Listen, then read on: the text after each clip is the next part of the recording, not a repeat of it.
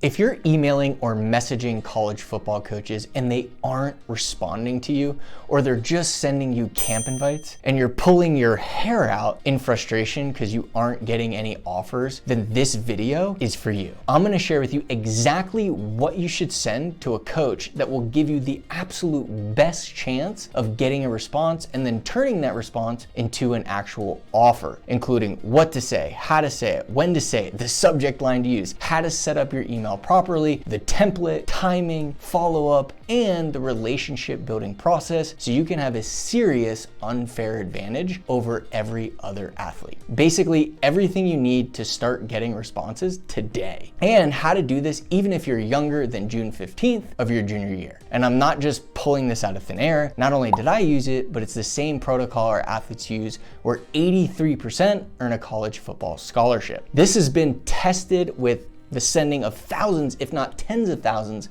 of emails and DMs, resulting in a ridiculously high response rate, especially compared to what 99.9% of athletes and parents do and get no responses or just camp invites. Now, if you don't know who I am, my name is Richie Contartesi. I'm the founder of Next Play, and I specialize in transforming young, driven varsity football players into confident leaders, communicators, and businessmen so they can ultimately secure the best college football scholarships possible. And I make these videos because I understand the struggle firsthand. At just 5'7", 150 pounds, I managed to secure a D1 football scholarship in the SEC at Ole Miss, and now I want to share that journey and the lessons I learned with you so you can live your dream as well. Let's jump right into it. So let's start first with what most people do, right? Most people, they send a DM or a pitch email, and this will be my height, my weight, all my accolades, my stats, my video, all of this information. And I don't know about you, but I definitely don't like being pitched, especially when I didn't ask to be pitched, and either do college coaches. And so essentially what you're doing is you're pitching yourself without the coach wanting to be pitched. And so what do? They delete the email. Probably just like you, if you get a cold email or a cold call, you kind of just are like hanging up or not interested, right? So it's the same thing.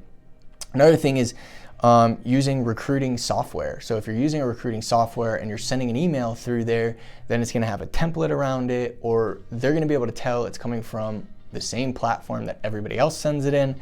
And I know this because I have a director of recruiting and player personnel from a SEC program on my staff, and he'll tell you firsthand that when they get an email from a recruiting software, it's going into a folder and they're never going to open it, right? So use a recruiting software. Number 3, use the same subject line as everyone else, which would be something like 2026 linebacker, blah, blah, blah, right?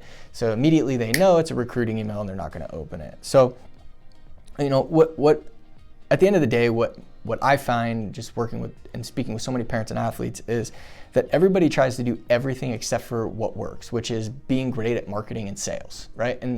And college football is a business, and so your son has to treat himself like a business, and the college football recruiting process as a marketing and sales process, right? Marketing, sales, and then the business and the fulfillment is how your athlete plays. Because your athlete probably is great in the weight room, he's great on the field, he's got conviction, he plays with confidence, but when it comes to marketing and selling himself, he doesn't have confidence, so there's no conviction, and coaches blow him off and give a bunch of fluff and say things like, you know, we'll get back to you next year or in the future, right? So what we want to focus on are doing the things that actually get results as opposed to pushing them off. And I say this because what holds most athletes back when we first meet them is the fear of failure, rejection, what people think about them. They're concerned, I'm bothering coaches. They're concerned that, oh my gosh, what are people going to think about me? You know, all of those things, which are totally normal. And so what I'm going to share with you in this video is exactly what to say, what to do, so you can overcome all of these. All right, so whoops. So it's important to understand the framework so that when I share with you the template and what to send, it makes total sense. So there's the marketing protocol that we teach on one side, which is like the posting, the following, engaging, having a good highlight video, the DM. And this is something that's always turning, always moving, so that when you do reach out to college coaches, they can come back, as you see these arrows going back and forth, and they're going to come back and check you out, and then they respond, right? So it's this always turning, it's always moving, it's always getting better, We're always trying to provide better content, better information for these coaches. And so the marketing protocol is always moving. And then on the right-hand side is our sales process. And this is where we take coaches and we want to bring them through this process. And the first one we're going to be talking about today is the area coach. This is that initial outreach that you're going to send to coaches to get them to respond, to begin the process of building a relationship, right? So I'm not going to get into which schools to put in this process. I'll link a video below that walks through that. But essentially, we want to find out who the area coach is. From there, get that coach to the area coach to watch the video. Once they've viewed the video, get them on a call. Once you've gotten them on a call, you're going to sell a visit. And once you're on the visit, you're going to sell an offer, right? So it's important to just conceptually understand the process that you're going to take coaches through so that when I walk you through the template here, it makes a lot of sense. So as far as the targeting of the schools that you're going to bring through this funnel, a lot of people will just only target D1, or they'll only target a specific D2 and AI, right? Like whatever.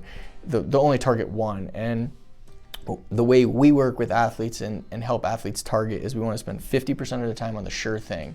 If that's FCS, if that's Division II, if that's FBS G5, what's the sure thing based on the film where we can get the most scholarship opportunities, 30% on push schools, which are schools that'll be tough, but we could still get an offer, and then 20% on schools that we just need one coach to believe in us, but it's gonna be really, really, really hard, right? So instead of going all in on one division, let's space it out so that you can get the best scholarships possible. So those are the schools we're gonna fill into the top of the funnel. Okay, initial outreach goal, all right? So the goal of the initial outreach, like when you send an email and you're sending your height, your weight, your video, your accolades, links to your articles, like all this stuff, like you're trying to get an offer, right? You're trying to get a visit, and you haven't even like gotten to the first step. It's like asking a girl to marry you when you haven't even met her yet, right? It's just the odds of that happening are so slim to none. And you're watching this video because you're probably not in the top ESPN 300, right? They don't need to develop these skills, although they will once they get into college if they want to get NIL. But that's a topic for another day. So the purpose of this first email is to just find out who the area coach is. That means this email should be no more than 2 lines. Like that's it, right? Very, very simple. All right. It's not meant for pitching. It's not to get an offer. It's just to hit this first step, which is who's the area coach. All right. So that's the goal. All right. Identifying the area coach. Here, let me move this up. All right. Identifying the area coach. People ask me, so who's the area coach at each school for your area? I don't know, right? Like we work with a lot of athletes, but it would be almost impossible for us to know every area coach at every school because, you know, there's how many schools? Thousands of schools, and each area has a different coach, and each coach changes every 3 years. So it's almost impossible. So the answer to this is you ask. You gotta ask, right? You reach out to every coach at the school you're targeting. So how do you find out who the area coach is? You ask every coach on the staff at that school who the area coach is to give yourself the best possibility of getting a response. So I'm gonna share with you how, but who should reach out? The athlete should do this, right? But my athlete's in school, he plays other sports, he's really busy. I totally understand. All the athletes we work with are in that scenario. Well, my athlete's shy, I totally understand. Every athlete, most of the athletes we start working with are shy, right? And again, it comes back to the fear of rejection, failure, and all of that, but or just having an identity of being shy versus being relentless. And I'll link a video in the description below on how to overcome that as well. But it's the athlete that'll initiate the contact. Here's why. When college coaches want to hear from athletes, they don't want to hear from the parents. They don't want to hear from a recruiter. They don't want to hear from a handler, because the handler, the recruiter, they're not the ones that are going to be at practice. They're not the ones that are going to be doing everything they can to earn a position, everything they can to help the team win. The athlete's going to be doing that. And I could tell you story after story after story where we had athletes meet with a coach, walk in, take initiative, and the coach said, man, I wish there were more athletes like you that took initiative, Like that's the response that we get. So the athlete should initiate contact. Parents can assist, but you're missing out on a great opportunity to develop key life skills, right? If you want to take this off your son's plate because he's really busy and he can't find 45 minutes to an hour, 3 days a week, then you can, but you're robbing him this opportunity of learning how to market himself, learning how to sell himself, learning how to build relationships with coaches. So it's up to you, but at the end of the day, that's what's happening. So, and again, coaches want to hear from the athletes. Put yourself in the coach's shoes, right? They're looking for initiative and they want people that really, really want it. And as a parent, if you're watching this, you're not the one that's going to be wanting it at practice every day, right? It's the athlete. All right. So how do you personalize your message, okay? Now, I did promise that I would give you a gift, and so I'd like to offer you a free copy of my book, In Spite of the Odds, where I share in-depth, step-by-step, the system I use to earn a full Division I athletic scholarship in the SEC at just 5'7", 150 pounds. I share a lot of the mistakes I made and the things that I also wish I would have done differently. So I poured my heart and soul in this book, spent about 2 years writing it. So if you'd like a free copy, just click the link below, and all I ask is that you cover shipping. So I'm going to show you the template, but understanding how to personalize it is really important. You want to, the first line is not, here's who I am, here's how, no. It's always got to be about them. You always want to start with it about them. You start with a personalized first line. Here's how you do it. I'll just put an example, and again, I'm going to give you this entire document, no opt-in or anything. There'll be a link below this video where you can download the document and use the template and the links. But basically, you know, I just picked a coach here, and you would go to the staff directory, take a look at the coach, look at their bio. And so here's the stat that I found. The Broncos allowed just 19 points per game to opponents during, like this was in the bio, during the 2021 season, ranking 12th nationally and with 23 turnovers in 12 games. The defense ranked tied for the 21st nationally in the statistical category, registering the most turnovers since 2012 when the team recorded 29. So here's an example of a customized first line that you can use. Congrats on only allowing 19 points per game and having 23 turnovers in 12 games. You know, you don't have to put this, but if you wanted to, you could say something like, I'm a turnover machine, so I had to reach out. So at least it has to correlate big time to the bio. But if you're just getting started with this, don't do it, right? Like this is something, it's a skill that you're gonna get better at over time, and you can add in things like that. But in the beginning, just find something in their bio so they know that it's not an email blast, right? If you're doing email blasts, you're not going to get responses, okay? Or you're gonna get a very small percentage of responses. Okay, so let's talk about the email structure itself. So, address the coach by their last name. Coaches in college have huge egos, okay? If you say coach first name, you're not gonna get as good as a response. So address the coach by their last name, and then include the personalized line. Ask about the area coach for your city or state. Express appreciation for their response, and signature depends on age, which I'll talk about right now. So coach last name, put that personalized line that you find from their bio, right? You go to the coach's bio, you look at some information, you come up with a personalized first line. And just know, like, you're not going to be great at this in the beginning, right? It's about doing the work. It's about practicing. This is why we mentor and coach athletes through this process, because think about it this way. Like, if you're a parent right now and you're in sales, or you're a business owner, or you're a leader, which you probably are because you're watching this, like, you would never just put someone in a sales position within your organization or in a marketing position with zero experience.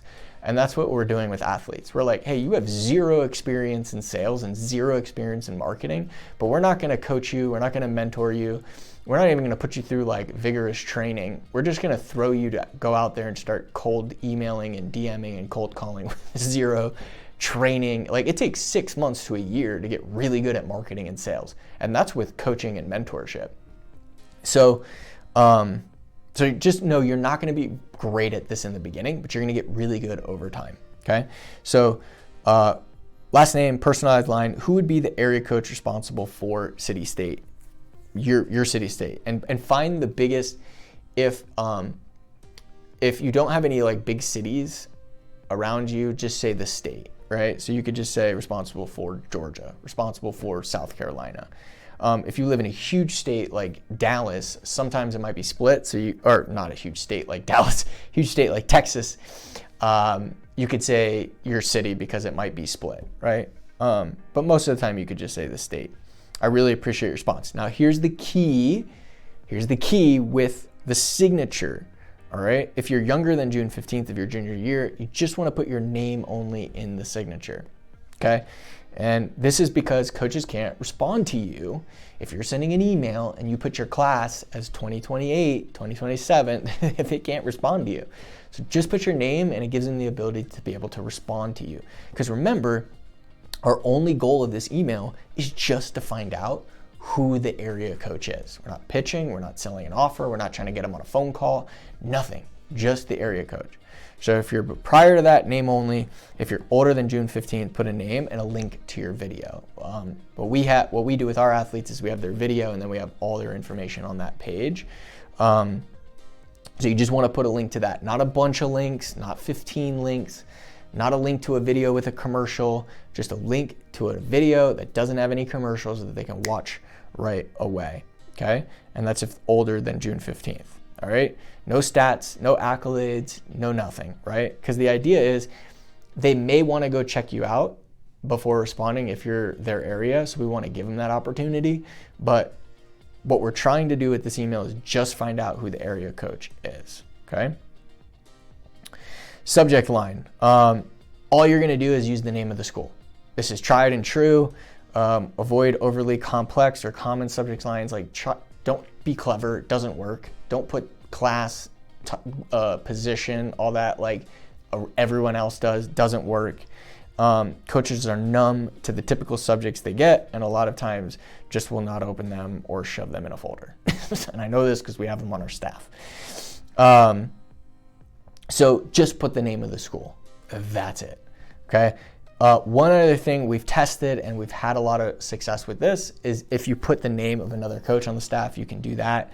But we typically save that for the next step when we're getting them to watch the video based on who told us who the area coach is. So keep it simple, just use the school subject.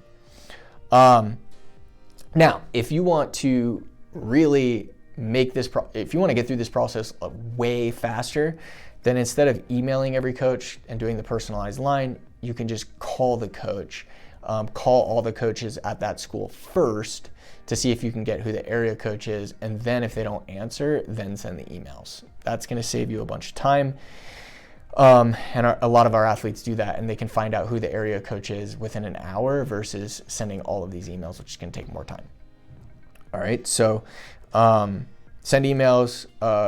Then once you're done sending those coaches, that same coach an email, go to Twitter. And if you can, first of all, you need to get verified so you can send more messages. Not all of them accept messages, but if they do, send an email, go to their Twitter, copy and paste that same exact email, and then DM it to them. Then go on LinkedIn, send them a connection request. And as soon as they accept that connection request, then you can send them that same exact message on LinkedIn. So that's the process that you're gonna follow.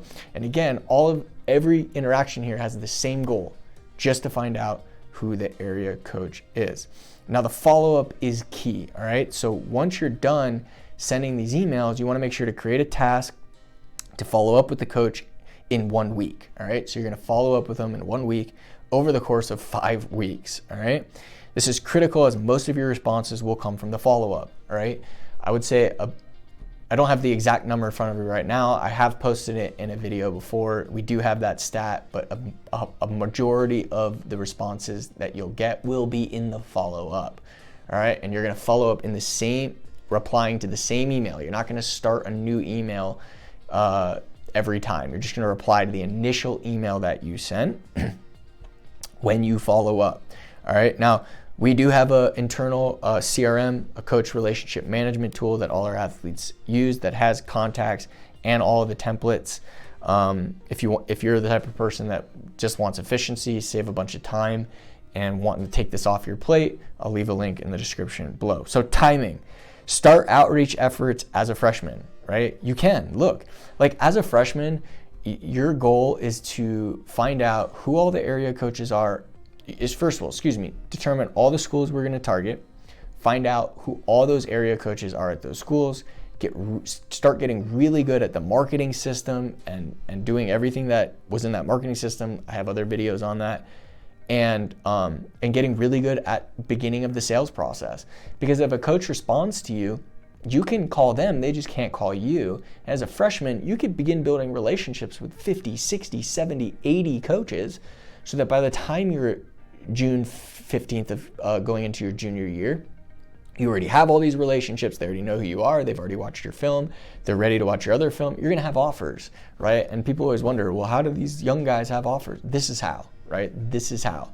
Can you get lucky going to a camp? Sure. But at the end of the day, it's about getting really good at marketing, getting really good at sales, and building relationships with coaches.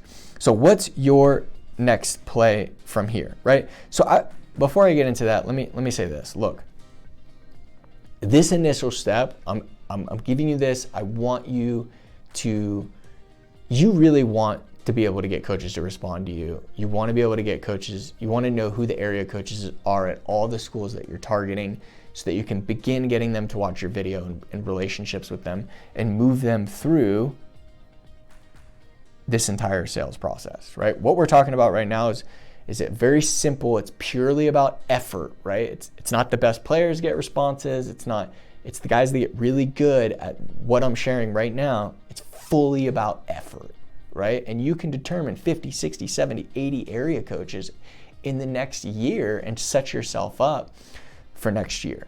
Because once you start getting responses, then we got to learn how to get them to watch the video.